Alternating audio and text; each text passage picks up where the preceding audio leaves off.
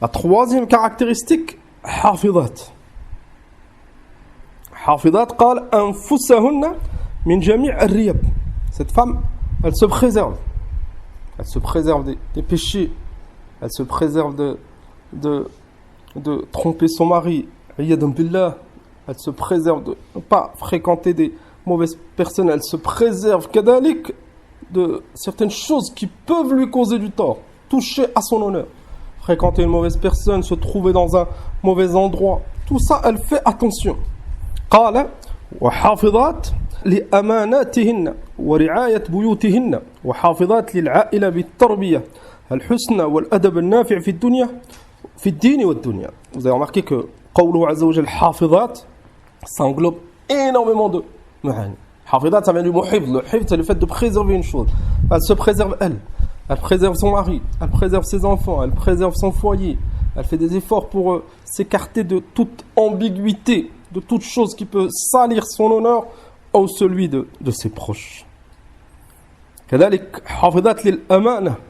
Son mari lui fait confiance, il voyage, elle reste tout seule dans son foyer, elle ne fait pas rentrer quelqu'un que son mari n'accepte pas. Elle préserve ses biens, elle préserve ses enfants. Et tous ces points, ça fait partie des caractéristiques de la femme pieuse. حافظات للعائلة بالتربية. كذلك elle fait des efforts pour préserver ce bienfait, les enfants. للأسف, à notre époque, beaucoup de femmes et beaucoup d'hommes, ils ont énormément faibli dans ces points. حفظ الأمانة ورعاية البيوت وحفظ العائلة والأولاد بالتربية. Ils ont énormément faibli. Ça fait pas partie de l'hifd abadan de placer ses enfants chez les ennemis d'Allah subhanahu wa ta'ala. تأمل قوله وحافظات للعائلة بالتربية الحسنة. Donc ça prouve que la femme, c'est elle, la mère, à la base, c'est elle qui doit multiplier les efforts. Ça va impliquer bien sûr des sacrifices. Elle doit se lever tôt, elle doit prendre de son temps, de sa santé, pour élever ses enfants. Amma, à notre époque, beaucoup de gens, ils ont faibli. C'est même plus à l'âge de 5 ans, 6 ans, comme il y a certaines années. Là, maintenant, c'est l'enfant, c'est à peine s'il s'assoit, il est déjà placé à la crèche, dans telle structure, à l'école. Cette mère, elle ne remplit plus son rôle. Elle expose son enfant. Elle n'est pas la seule responsable. En général, le mari, il est d'accord, le père. Et il place cet enfant chez les ennemis d'Allah. Le placer chez certains musulmans, c'est dangereux. Chez certains musulmans, c'est dangereux. Ils n'auront pas la même inaya. Ils n'auront pas la même rigueur que toi en tant que père ou mère. Encore plus si c'est des innovateurs, encore plus si c'est des ignorants, encore plus s'ils font certains péchés, ils vont lui apprendre des mauvaises choses, des mauvais comportements. Que dire?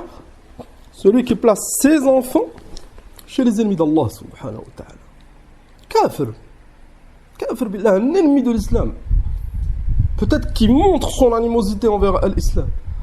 Et même s'il la montre pas, il travaille pour cette école, ce système qui combat l'islam. Et on est tous d'accord, personne ne rejette, ne nie cela à notre époque. Mais les uqala parmi les gens sensés. L'immense majorité de ceux qui vivent fi bilad al-kufr parmi les musulmans, ils placent leurs enfants dans ces écoles. Allah subhanahu wa ta'ala قال والصالحات قانتات حافظات. فأين الحفظ? Si tu places cette personne que tu aimes le plus après le prophète sallallahu alayhi wa sallam chez les ennemis d'Allah subhanahu wa ta'ala.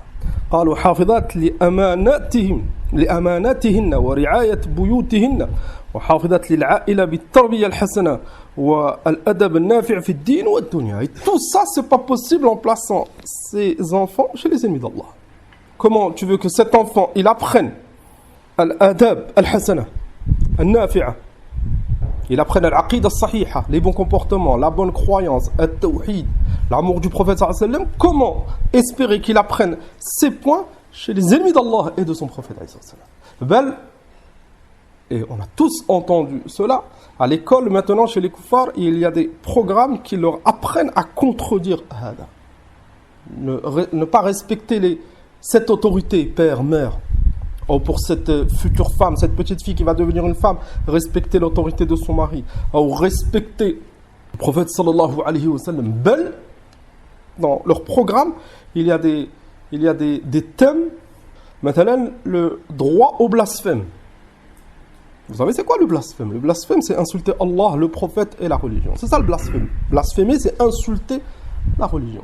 Tu as le droit de te moquer, il leur enseigne, enfin comment? Ce point, tu n'as même pas besoin de quelqu'un qui te dit l'école c'est interdit. Oh. Tu n'as même pas besoin. Normalement, ce point, il doit te suffire. Le problème, fi bilad al-kufr dans les écoles, c'est pas la mixité. La mixité, c'est quelque chose de grave. Lakin, eux, le niveau qu'ils ont atteint, le problème, c'est pas la mixité. Le problème, c'est pas cet enfant, il va aller à la piscine où il va danser. C'est pas ça le problème. Ça, c'est des péchés, c'est grave. Lakin, le plus grave, c'est que cet enfant, sa aqida, elle va être attaquée, sa fitra. Cet enfant qui aime Allah, qui aime son messager, Allah subhanahu wa ta'ala, il l'a créé à hadhihi al-fitra. Cette saine nature, il aime le bien, il déteste le mal. Ils vont l'attaquer. C'est qui la cause? Personne ne t'oblige. Certains ou certaines, ils vont dire, mais on n'a pas le choix. Tu as le choix. Pourquoi tu n'as pas le choix? On n'est pas des Jabriya. Ceux qui pensent qu'ils n'ont pas le choix, c'est Al-Jahmiya, Al-Jabriya. Eux, ils ont cette aqida. Amma nahnu, al-hamd muslimoun, ahl sunnah, on a le choix. Allah subhanahu wa ta'ala, il t'a facilité, il t'a ordonné de faire l'hijra parce que tu as le choix. Tu n'aurais pas le choix. Pourquoi Allah t'ordonnerait une chose que tu ne peux pas? Lakin, on doit faire les efforts. On doit se préparer. La rentrée, c'est bientôt. Dans une semaine peut-être, c'est la rentrée. Et les asaf, beaucoup de musulmans, de musulmans, ils vont contredire hadihi al-aya al-azima. Ils vont commettre cette énorme injustice envers leurs enfants, envers eux-mêmes. Ils vont trahir هذه الأمانة أمانة تربية الأولاد ورعاية البيوت etc. Tout ça, en plaçant ces enfants chez les ennemis de l'islam, tout ça sera contredit. Sahih, certains, ils sont dans une situation difficile et ils espèrent partir. Haoula, on leur conseille de multiplier les efforts, multiplier le dua, apprendre leur dîn. Et on l'a souvent répété, on peut le répéter encore. La première étape, c'est de reconnaître le danger. Déjà, la première étape, c'est de faire le hijra. Amma te rassurer, et je vais faire la salat au masjid, et on a des cours avec tel frère, et je m'habille comme je veux, et au travail, je fais la salat à l'heure. C'est pas suffisant, hada abadan. Ça a toujours été comme ça, Vibilad al-Kufr. À l'époque, c'était encore plus simple. Là, tu n'as pas le droit de rester Vibilad qui combat la religion d'Allah. Et tu ne peux pas montrer clairement ta aqida. Tu ne peux pas clairement montrer que tu es contre leur mécréance, contre leur démocratie, contre la laïcité, contre l'athéisme. Tu n'es pas d'accord avec leurs lois. Tout ça, tu ne peux pas le montrer. Dès que tu ne peux pas montrer ces choses, tu n'as pas le droit de rester Vibilad al-Kufr. Et même la salat, même les vêtements, ils combattent. On essaie d'appuyer sur les principaux points, sur l'essentiel.